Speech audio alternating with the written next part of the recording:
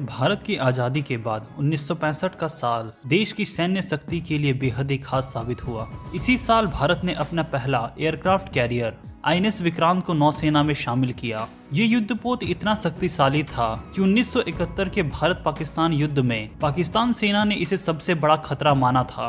पाकिस्तान ने इसे नष्ट करने के लिए कई योजनाएं बनाई, लेकिन आईएनएस विक्रांत भारतीय नौसेना का अभिन्न हिस्सा बनकर अपने दुश्मनों के लिए एक अजय चुनौती साबित हुआ।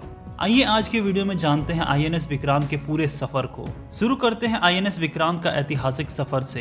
भारत का समुद्री इतिहास बेहद समृद्ध और गौरवशाली रहा है। नौसेना के कई जहाजों ने इसमें अहम भूमिका निभाई, लेकिन आईएनएस विक्रांत का स्थान सबसे ऊंचा है। ये जहाज मूल रूप से ब्रिटेन नौसेना के लिए बनाया गया था और इसे दूसरे विश्व युद्ध के दौरान ब्रिटेन की नौसेना में शामिल किया गया था। लेकिन 1945 में जब दूसरा विश्व युद्ध खत्म हुआ, तब इस युद्धपोत की आवश्यकता नहीं रह गई। इसी दौरान भारत अपनी नौसेना शक्ति को मजबूत करने के लिए प्रयास कर रहा था और 1957 में भारत ने ब्रिटेन से इस जहाज को खरीद लिया। लेकिन खरीदने के तुरंत बाद इसे भारतीय नौसेना में शामिल नहीं किया गया, बल्कि 4 साल तक इसमें नवीनीकरण किया गया। अंततः 5 मार्च 1961 को इसे आधिकारिक रूप से भारतीय नौसेना में कमीशन कर दिया गया। शुरुआत में इसे विजय लक्ष्मी पंडित नाम दिया गया था, जो कि पंडित नेहरू की बहन के नाम के ऊपर था। लेकिन बाद में इसका नाम बदलकर आईएनएस विक्रांत रखा गया, जिसका संस्कृत अर्थ है अजय।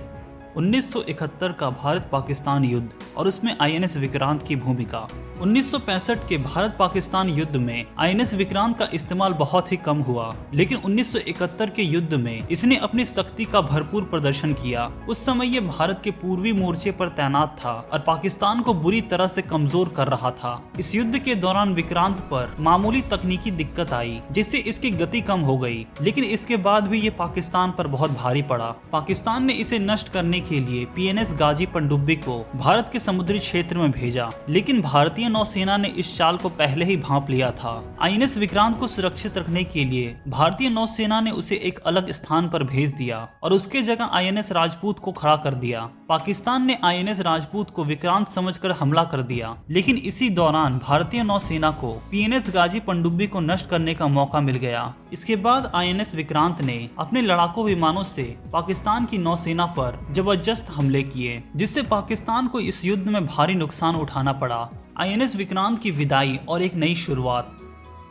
1971 के युद्ध के बाद आईएनएस विक्रांत भारतीय नौसेना का एक महत्वपूर्ण हिस्सा बन गया, लेकिन समय के साथ इसकी तकनीकी क्षमता कम होने लगी और 1957 में इसे आधिकारिक रूप से रिटायर कर दिया गया। इसके बाद इसे मुंबई के फ्लोटिंग म्यूजियम के रूप में बदल दिया गया, जहां लोग इसे देखने के लिए आ रहे थे। लेकिन इसकी लोकप्रियता को देखते हुए भारत सरकार ने इसे स्थानीय संग्रहालय के रूप में बनाए रखने का फैसला किया। आईएनएस विक्रांत की ऐतिहासिक विरासत को सम्मान देते हुए भारत ने 2021 में स्वदेशी आईएनएस विक्रांत को नौसेना में शामिल किया। लक्ष्य दुरंत है, यात्राएं दिगंत है, समंदर और चुनौतियां अनंत है।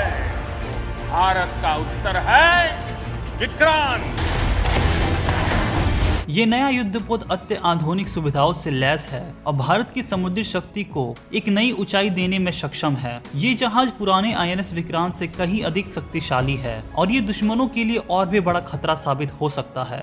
तो दोस्तों, आईएनएस विक्रांत सिर्फ एक युद्धपोत नहीं, बल्कि भारत की सैन्य शक्ति, आत्मनिर्भरता और गौरव का प्रतीक है। इसने न सिर्फ 1971 में भारत की जीत सुनिश्चित की, बल्कि भारतीय नौसेना की ताकत को भी दुनिया भर में प्रदर्शित किया। आज जब भारत ने अपने स्वदेशी आईएनएस विक्रांत को तैयार कर लिया है, तो ये साफ हो चुका है कि भारत अब समुद्री सुरक्षा के मामले में पूरी तरह से आत्मनिर्भर बन चुका है और आने वाले समय में इसे और भी अधिक मजबूती मिलेगी। तो दोस्तों, आपका क्या ख्याल है आईएनएस विक्रांत के बारे में? कमेंट में जरूर बताएं। वीडियो इन्फॉर्मेटिव लगे तो वीडियो को लाइक, शेयर और चैनल को सब्सक्राइब कर दें। तब तक के लिए जय हिंद।